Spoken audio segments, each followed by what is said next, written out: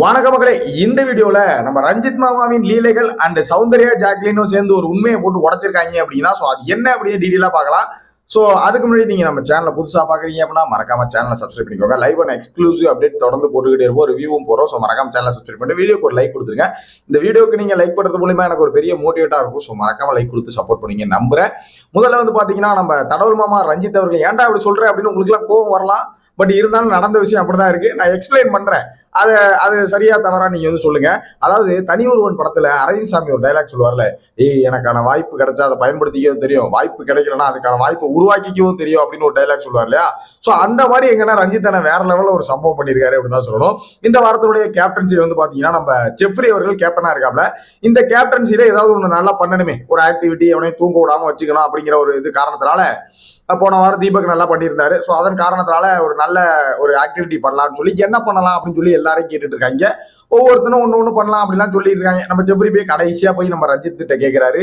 அங்க வச்சாரு பாருங்க ஒரு ட்விஸ்ட். இப்படி ஒரு டாஸ்க் பண்ணா நல்லா இருக்கும், வெளியில பண்ண முடியாது, உள்ள எல்லாரையும் லயனா நிக்க வச்சுட்டு இப்படியே தடவல் கேம் விளையாடலாம். அப்படி தடவி கண்டுபிடிக்கணும், கண்ணை கட்டி விட்டுட்டு தடவி கண்டுபிடிக்கணும் அப்படிங்கிற மாதிரி. மக்களை சத்தியமா சொல்றேன், பர்சனல் வெஞ்சன்ஸ்ல எல்லாம் பேசலையா, லைவ்ல இப்படிதான் தொட்டு காமிச்சாரு. ஜெப்ரி இங்க வாயா, இப்படியே தொடரும் ஜெப்ரி, இப்படியே தொட்டு இங்க இப்படியே தொட்டு பார்ப்பாங்க ஜெப்ரி, தொட்டு பார்த்துட்டு போய் கையில ஏதாவது காப்பு கப்பு போட்டுதான் கண்டுபிடிச்சிருவாங்க ஜெப்ரி அப்படிங்கிற மாதிரி ஒரு விஷயத்த சொன்னாரு. சோ இதை உங்க மத்தியில வச்சிடறேன். இதை நீங்க எப்படி பாக்குறீங்கன்னு உங்களோட கருத்துக்களை கமெண்ட்ல போடுங்க. எனக்கு என்னமோ தலைவர் தடவரத்துக்கு பிளான் போடுற மாதிரி தான் எனக்கு தோணும். சரிங்களா, இது அங்க நடந்த விஷயம். மறுபடியும் ஜெப்ரி இல்லைன்னா அது வேணா கையில ஒரு கையை மட்டும் நீட்டு சொல்லலானே, அது மாதிரி வேணா பண்ணலானே அப்படின்னு ஜெப்ரி சொல்றான். சரியா, உங்கள்ட்ட ஒப்படைச்சிட்டேன்.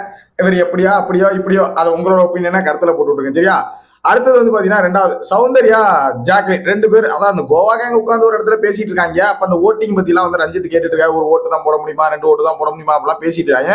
இந்த நாமினேஷன் பண்ணாங்கல்ல, அதை பத்தி எல்லாம் இங்க பேசிட்டு இருக்காங்க. ஸோ அப்பதான் பாத்தீங்கன்னா நம்ம ஜாக்லின் ஒரு விஷயத்த உடைக்கிறாங்க. இந்த விஷயத்த கேட்டோன்னே நானே ஷாக் ஆயிட்டேன்னா பாருங்களேன்.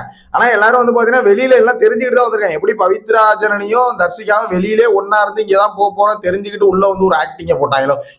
நீ எங்கடி இங்க, நீ எப்படி வந்த அப்படின்னு நம்மள்ட்ட ஒரு ஆக்டிங்க போட்டாங்களோ. அதே மாதிரி சௌந்தர்யா ஜாக்லின்லாம் உள்ளுக்குள்ள வர்றது அவங்களுக்குள்ளே தெரிஞ்சுதான் இருந்திருக்கு. தெரியாத மாதிரி நம்மள்ட்ட ஒரு ஆக்டிங்க போட்டிருக்காங்க. உள்ளுக்குள்ள வந்தோடனே அப்படி சண்டை கண்டா போற மாதிரி ஒரு பிளானை போட்டு தான் விளையாண்டுருக்காங்க. அப்படி 2 வாரம் 3 வாரம் போனோடனே ஆட்டோமேட்டிக்கா கேங்க சேர்ந்துட்டாங்க. சரியா, சோ இதை எப்படா சொல்றேன் அப்படின்னு கேட்டா, படுத்துட்டு பேசிட்டு இருக்கும்போது ஓட்டிங் பத்தி எல்லாம் பேசும்போது ஜாக்லின் சொல்றாங்க, ஒரு ஆள் சொன்னாரு, எனக்கு ஒரு ஆள் சொன்னாரு. அந்த ஆள் பாத்தீங்கன்னா அப்படியே சௌந்தர்யா பத்தி அப்படியே முழிய காமிக்கிறாங்க. அந்த ஆள் பாத்தீங்கன்னா எனக்கு நிறைய சொல்லி கொடுத்தாரு. 1 மணி நேரம் உட்கார வச்சு எனக்கு சொன்னாரு. அதுல இந்த கேம் இப்படி இருக்கும், இந்த கேம் ஈஸியா தான் தெரியும், ஆனா மைண்ட் எல்லாம் போட்டு கொடைய வச்சிருவாங்க அப்படிங்கிற மாதிரிலாம் சொன்னாரு அப்படின்னு சொல்லிட்டு கடைசியா சௌந்தர்யா பார்த்து இவர் தான் சொன்னாரு அப்படின்னு காமிக்கிறாங்க. அந்த அவர் யாரு அப்படின்னு தெரிஞ்சா கொஞ்சம் கமெண்ட்ல சொல்லுங்க. சரியா, அந்த அவர் யாருன்னு தெரிஞ்சா கொஞ்சம் கமெண்ட்ல இப்பயே போட்டுருக்கேன்னு நான் சொல்றேன். சரியா, சௌந்தர்யா பார்த்து சொல்றாங்க, வேற யாரும் கிடையாது, நம்ம விஷ்ணு விஷால் அவர்கள் தான் சொல்லி அனுப்பிச்சிருக்காரு.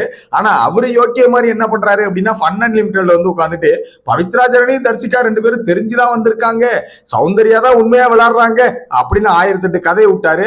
ஆக மொத்தத்துல இங்க எல்லாருமே உருட்டிக்கிட்டு தான் இருக்காங்க அப்படிங்கிறது உண்மையாயிருச்சு. சோ இந்த விஷயத்தை பத்தி உங்களோட ஒப்பீனியன் என்ன? வெளியில எல்லாம் தெரிஞ்சுக்கிட்டு கரெக்டா தான் வராங்க, உள்ளுக்குள்ள ஒன்னும் தெரியாத மாதிரி ஒரு ஆக்டிங் போறாங்களா, அதை பத்தி உங்களோட ஒப்பீனியன் என்ன அப்படியே மறக்காம கமெண்ட்ல சொல்லுங்க. நெக்ஸ்ட் வீடியோ மீட் பண்றேன். தேங்க்ஸ் ஃபார் வாட்சிங். ரஞ்சித் மாமா பத்தி உங்களோட அப்டேட்டை கமெண்ட்ல போட்டு விடுங்க தலைவா. பாய்.